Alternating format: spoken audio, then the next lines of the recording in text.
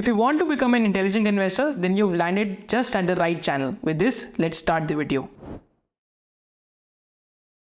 एक बहुत बड़ा इंडिया में ट्रेंड चल रहा है, that is proxy to luxury consumption. अब प्रॉक्सी टू लग्जरी कंजम्पशन में हम क्या देखते हैं, तो इंडिया में इट इज एस्टिमेटेड कि पर कैपिटा इनकम बढ़ते जाएगी और एक बार पर कैपिटा इनकम जब $3,000 क्रॉस करेगी तो क्या आएगा कि लोग रोटी कपड़ा मकान की कम बात करेंगे एंड लोग अपने लेजर और कंजम्पशन पे ज़्यादा खर्चा करेंगे.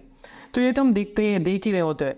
सो I think Vijay Kedia sir ने एक बात डायलॉग बोला था अपने एक रीसेंट इंटरव्यू में, when luxury becomes consumption and consumption becomes mandatory, that is where you know the sector is going to do well.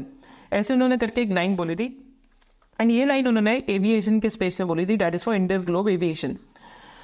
Because now it is very difficult to not go via airways versus railways, right? Suppose if I have to go from Delhi to Mumbai, तो again aviation is one of the must do things for me, right? कि मेरे को airline ticket करानी पड़ेगी. So that is again a part. अब ये luxury consumption नहीं है, अब ये तो basic necessity हो गया. But again, because when luxury consumption becomes a basic necessity, that sector comes into fourth. Because यहाँ पे अभी बहुत सारे players bankrupt भी हो रहे हैं और यहाँ पे retail के अंदर लोग malls बहुत जाते हैं. तो Phoenix Mills is one of the primary proxies to luxury consumption because Phoenix Mill के अंदर again malls में तो वैसे आप shopping भी कर सकते हैं, but वहाँ पे luxury areas भी होते हैं, right? तो again Phoenix mill is something जो अर्बन कंजम्पशन के अंदर आ रहा है, लग्जरी कंजम्पशन में आ रहा है. देन ऑटो डीलर्स में देखेंगे तो लैंडमार्क करके कंपनी रिसेंटली लिस्ट हुई है. तो दिस इज अ कंपनी जो मर्सिडीज की डीलर है एंड और भी जो लग्जूरियस कार मेकर्स हैं उनकी डीलर है. BYD की भी I think one of the dealers है. So this is Mercedes largest dealer in India. So again, it's an auto dealer which is listed. So again, it is like a proxy. But again, dealer economics उतनी अच्छी नहीं है जितनी किसी और शायद से बिजनेस की हो, बट क्योंकि डीलर्स के मार्जिन बहुत स्क्वीज रहते हैं. फिर होटल्स के अंदर आप देखेंगे तो chalet hotel, Indian hotel, EIH, right, all of these are part of luxury consumption space.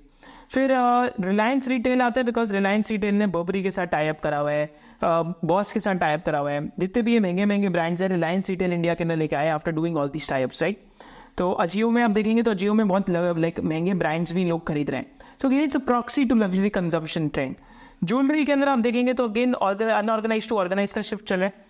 धीरे धीरे एवरेज टिकट साइज भी बढ़ा है ज्वेलरी में. तो यहाँ पे बेस्ट एग्जाम्पल टाइटन है.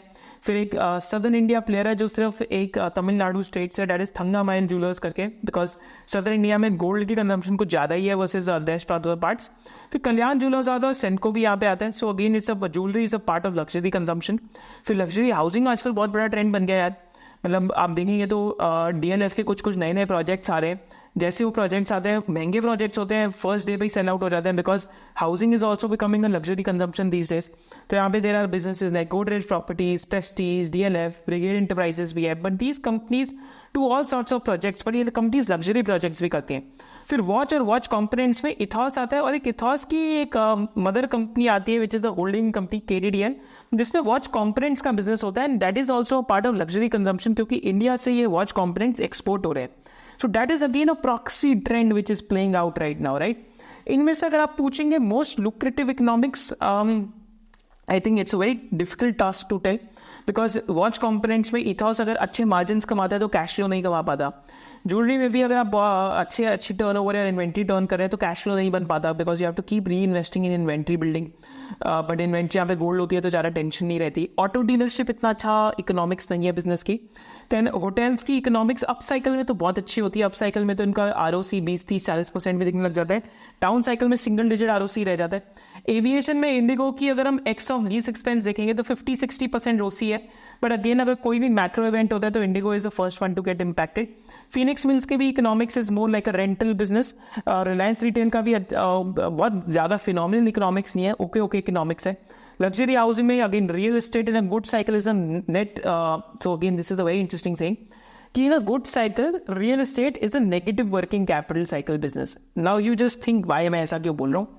So this is how the economics of this sector looks like. Luxury consumption में different players हैं, तब का economics different रहता है. We believe that financial literacy is a fundamental right. तो in this series of 7 classes for the next several years, what we are doing, हम आपको basics सिखा रहे हैं stock market के कि what are stock markets. इसके साथ साथ what we are doing is that we are teaching you the basics about fundamental analysis. And इसके साथ साथ finally what we are doing is about the basics of technical analysis. And the beauty of the entire thing is that the entire course is done in 7 classes. कि हमको basics of stock market, basics of fundamental analysis and basics of technical analysis, तीनों चीज़ें आपको 7 classes के अंदर समझ आ जाएंगी. And the best thing about it is that it is totally free of cost because we believe in adding more value versus the price that you pay. And इसके साथ साथ post completing the entire classes, you will also get a certificate. So see you inside the course. So if you loved this video and you had a differentiated business insight, then do subscribe to this channel and you can also follow our main channel of SOIC. Thank you so much for watching it.